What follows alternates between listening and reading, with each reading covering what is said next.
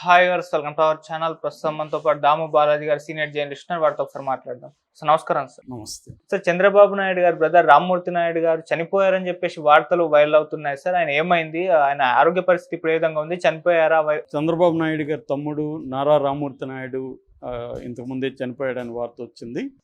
So ఏంటి ఆయన ఆరోగ్యం, అనారోగ్య సమస్య ఏంటి అనేది చూడాలి. సో వార్త వినగానే లోకేష్ అసెంబ్లీ సమావేశాలను రద్దు చేసుకొని హుటాహుటిన హైదరాబాద్ వచ్చాడని చెప్తున్నారు. ఆయన హాస్పిటల్లో చేరి 1 వీక్ అయింది, ఏఐజీ హాస్పిటల్లో. అట్లాగే చంద్రబాబు నాయుడు కూడా ఈరోజు ఢిల్లీలో కాన్క్లేవ్ మీటింగ్లో ఉన్నాడు. అది అవగానే ఆయన మహారాష్ట్రకి వెళ్ళే ప్రోగ్రాం ఉంది.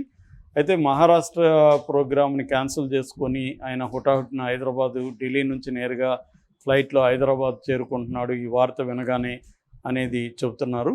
సో అసలు నారా రామ్మూర్తి నాయుడు పరిస్థితి ఏంటి, ఆయనకు చంద్రబాబుకున్న అనుబంధం కానీ బంధం కానీ ఎలాంటిది, ఆయన పొలిటికల్ బయోగ్రఫీ ఏంటి, ఆయన పిల్లల పరిస్థితి ఏంటి, ఈ విషయాల్ని మనం చూద్దాము. సో మనకు తెలుసు, నారా చంద్రబాబు నాయుడు 1950లో పుట్టాడు.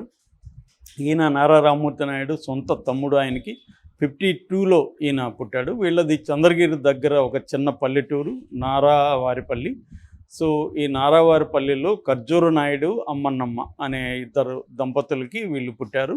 ఫస్ట్ చంద్రబాబు నాయుడు, నెక్స్ట్ రామ్మూర్తి నాయుడు, దాని తర్వాత ఇద్దరు చెల్లెలు, మొత్తం 4 వాళ్ళు. సో 2 అన్నదమ్ములు, 2 అప్పచెల్లెళ్ళు.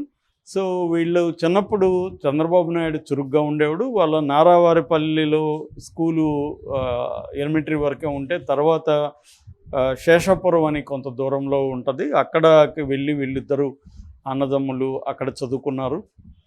ఆయన 2.5 ఎకరా నేల ఉండేది వీళ్ళకి. దాంట్లోనే వాళ్ళు అమ్మన్నమ్మ, ఖర్జూర్ నాయర్ కష్టపడి సంపాదించుకొని పిల్లల్ని చదివించుకునేవాళ్ళు. వీళ్ళిద్దరూ కూడా చురుగ్గా ఉండేవారు. అన్నతో బాగా అనుబంధం ఉంది చిన్నప్పటి నుంచి.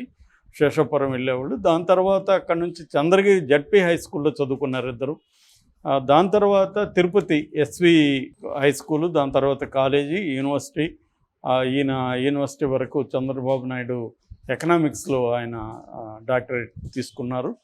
సో ఈయనకి ఏంటంటే అప్పుడు చిన్నప్పుడే 24 ఏళ్ళు 25 ఏళ్ళ వయసు ఉన్నప్పుడే గ్రామంలో ఉన్న యూత్నంతా సమీకరించి అభివృద్ధి కార్యక్రమాలు, రోడ్లు వేయడం, ఇలాంటి కార్యక్రమాలు చంద్రబాబు నాయుడు చేస్తే ఆయన వెన్నంటే ఉండేవాడు. రామ్మూర్తి నాయుడు కూడా తన అన్నమాట జవదాటకుండా అన్న ఆజ్ఞల మేరకే పనిచేస్తూ ఉండేవాడు. అలాగా ఈ అన్నదమ్ములు కలిసే పనిచేసేవాళ్ళు చిన్నప్పటి నుంచి కూడా. అయితే చంద్రబాబు నాయుడికి నాయకత్వ లక్షణాలు సహజంగానే ఉన్నాయి గ్రామంలో. ఆయన యూత్ లీడర్గా ఉండేవాడు. దాని తర్వాత ఆయన యూనివర్సిటీకి వచ్చినాక కూడా యూనివర్సిటీ స్టూడెంట్ పాలిటిక్స్లో యాక్టివ్గా ఉండేవాడు. అప్పుడే మన పెద్దిరెడ్డి రామచంద్రారెడ్డికి కూడా పడేది కాదు. అక్కడ అంటే ఏంటంటే కమ్మ రెడ్డి ఈ ఘర్షణ ఉండేది. ఎందుకంటే కడప నుంచి ఎక్కువ రెడ్లు తిరుపతి యూనివర్సిటీలో ఉండేవాళ్ళు. చిత్తూరు జిల్లాలో కానీ చుట్టుపక్కల జిల్లాల్లో ఉండే కమ్మ సెక్షన్ కూడా అక్కడ బలంగా ఉండేది. అందుకని కమ్మ రెడ్డి మధ్య అప్పుడే ఘర్షణలు జరిగేవి. కమ్మ వాళ్ళు ఎక్కువగా అప్పుడు తెలుగుదేశం లేదు కాబట్టి కొంతమంది కాంగ్రెస్లో ఉండేవాళ్ళు, కొంతమంది కమ్యూనిస్టు పార్టీలలో అంటే సిపిఐ, సిపిఎం పార్టీలు 64లో చీలిపోయినాయి. అంతకుముందు కమ్యూనిస్ట్ పార్టీ ఆఫ్ ఇండియా ఉన్నింది, అది 64లో communist party of India Marxist అనే సిపిఐ, సిపిఎం అని చీలిపోయింది. సిపిఐకి ఏమో ఏఎస్ఎఫ్ అనే స్టూడెంట్ వింగ్ ఉండేది, ఆల్ ఇండియా స్టూడెంట్ ఫెడరేషన్. సిపిఎంకేమో ఎస్ఎఫ్ఐ అని ఉండేది, స్టూడెంట్ ఫెడరేషన్ ఆఫ్ ఇండియా అని. ఈ రెండిట్లో కమ్మ సెక్షన్ ఉండేది. రెడ్డి సెక్షన్ కాంగ్రెస్లోనే ఎక్కువ ఉండేవాళ్ళు. ఇలాగా ఉన్నప్పుడు 75లో ఎమర్జెన్సీ తర్వాత సంజయ్ గాంధీకి ఈయన అభిమానిగా మారాడు. యూత్ కాంగ్రెస్ పులిచెర్ల వింగ్లో ప్రెసిడెంట్ అయ్యాడు చంద్రబాబు. యూత్ కాంగ్రెస్లో ఉన్నాడు. అప్పుడు ఏంటంటే కాంగ్రెస్లో 78లో అసెంబ్లీకి యూత్కి కొంత కేటాయించింది ప్రభుత్వం. ఆ కోటాలో చంద్రబాబు నాయుడికి ఎమ్మెల్యేగా సీట్ వచ్చింది. చంద్రగిరి తన ఊరున్నది చంద్రగిరి కాబట్టి చంద్రగిరి నియోజకవర్గంలో ఈయన 78లో ఎమ్మెల్యేగా గెలిచాడు. ఆ తర్వాత 80 నుంచి 83 వరకు టీఎన్జయ్య ముఖ్యమంత్రిగా ఉన్నప్పుడు ఈయన సినిమాటోగ్రఫీ మంత్రిగా కూడా అయ్యాడు. అప్పటికే చంద్రబాబు వ్యూహాలు, తను కాంగ్రెస్లో ఎలా పెద్ద స్థాయిలోకి వెళ్ళాలి, ఈ ప్లానింగ్ అవన్నీ బాగానే చేసుకున్నాడు. తర్వాత సినిమాటోగ్రఫీ మంత్రిగా ఉన్నప్పుడు ఈయనకి ఎన్టీ రామారావుతో పరిచయం ఏర్పడడం, ఎన్టీ రామారావుని ప్లాన్డ్గా ఆయన దగ్గరగా చేరడం, ఆ తర్వాత ఎన్టీ రామారావు కూతుర్ని ఈయన పెళ్లి చేసుకోవడం. సో దాని తర్వాత ఎన్టీఆర్ పార్టీ పెట్టినప్పుడు కూడా ఈయన కాంగ్రెస్ పార్టీలోనే ఉండి ఎమ్మెల్యేగా పోటీ చేసి ఓడిపోయాడు. ఓడిపోయిన తర్వాత తెలుగుదేశంలో ఫస్ట్లేమో తమ ప్రత్యర్థుల్ని తమ పార్టీలో చేర్చుకోకూడదని ఒక రూలు ఎన్టీ రామారావు పెట్టాడు. దాన్ని మళ్ళీ మార్చుకున్నారు. ఆ మార్చుకోవడం వల్ల చంద్రబాబుకి ఛాన్స్ వచ్చింది.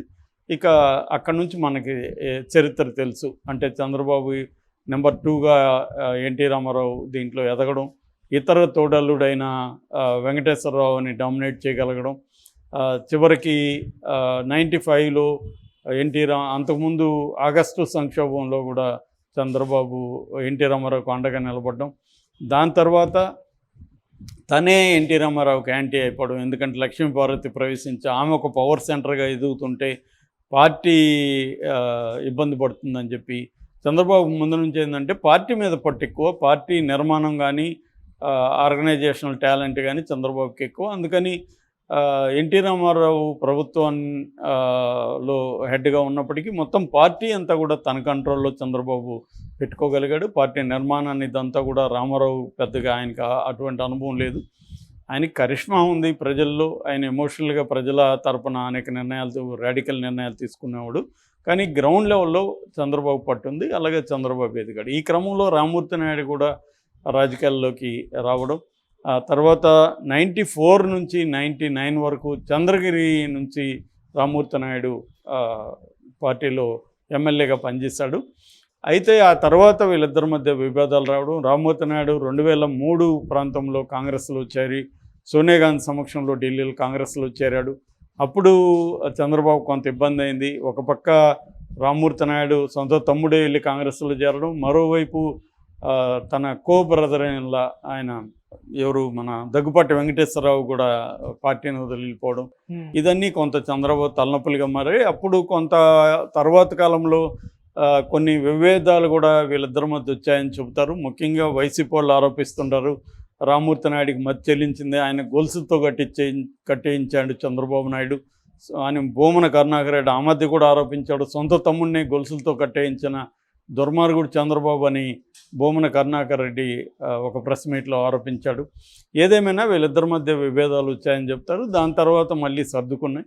దాని తర్వాత తన రామ్మూర్తి నాయుడికి ఏమి చేయలేకపోయామని చంద్రబాబు వాళ్ళ కొడుకు నారా రోహిత్కి సినిమాలు తీయడానికి అనేక మంది ప్రొడ్యూసర్లకు హెల్ప్ చేశాడనే వార్తలు కూడా వచ్చాయి. ప్రొడ్యూసర్లకి చంద్రబాబు కొంతమందికి హెల్ప్ చేస్తే దానికి బదులుగా చంద్రబాబు ఏమంటే నాకు మీరు బదులుగా ఏం చేయొద్దండి, నారా రోహిత్తో సినిమాలు చేయండి అని కొంతమందికి చెప్పాడని, అందుకని నారా రోహిత్కి వరుసగా బిగినింగ్లో ఎన్ని ఫ్లాపులైన సినిమాలు వరుసగా వచ్చాయనే వాదన కూడా వచ్చింది. ఏదేమైనా నారా రామ్మూర్తి నాయుడు అప్పటి నుంచి కూడా ఇన్యాక్టివ్గా ఉన్నాడు. ఆయనకి మానసిక ఆరోగ్యం ఇటు శారీరక ఆరోగ్యం అంతగా బాగా లేవు. అయితే రామ్మూర్తి నాయుడికి 2 పిల్లలు, నారా రోహిత్ పెద్దవాడైతే గిరీష్ అని ఇంకొక అబ్బాయి కూడా ఉన్నాడు. అతను పెద్ద యాక్టివ్గా లేరు, అతను ఏదో వ్యాపారాలు అవి చూసుకుంటున్నాడని చెప్తున్నారు. సో ఆయనకి 2 పిల్లలు, ఇంకా చంద్రబాబు నాయుడికి లోకేష్ ఒకటి. తర్వాత ఇటు నారా రోహిత్ కూడా తెలుగుదేశంకి తన వంతుగా ఆయన కృషి చేయడం, లోకేష్ నారా రోహిత్ కూడా చాలా అన్యోన్యంగా ఉండడం,